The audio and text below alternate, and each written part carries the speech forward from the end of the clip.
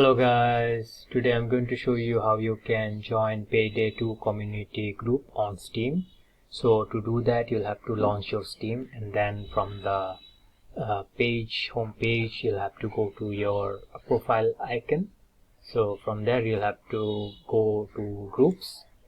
From here you'll have to press on the find a group button at the left side. So after pressing on it, you will see the search for community groups. So in the search tab, you have to type in PayDay 2 and press enter. So it will come up, the search result will come up, and you will see PayDay 2 Game Hub. You'll have to click on that. After clicking, it will open, and here you will see all the details. So to join this group, what you'll have to do is you'll have to press this follow button. This is this small follow button beside group chat.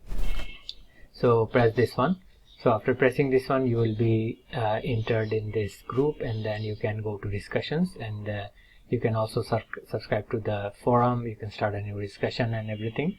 So after you join this group, it will take some time for the game to register it, and you will get the rewards in due time. So that was all for today guys. Thank you for watching. Take care. Bye bye.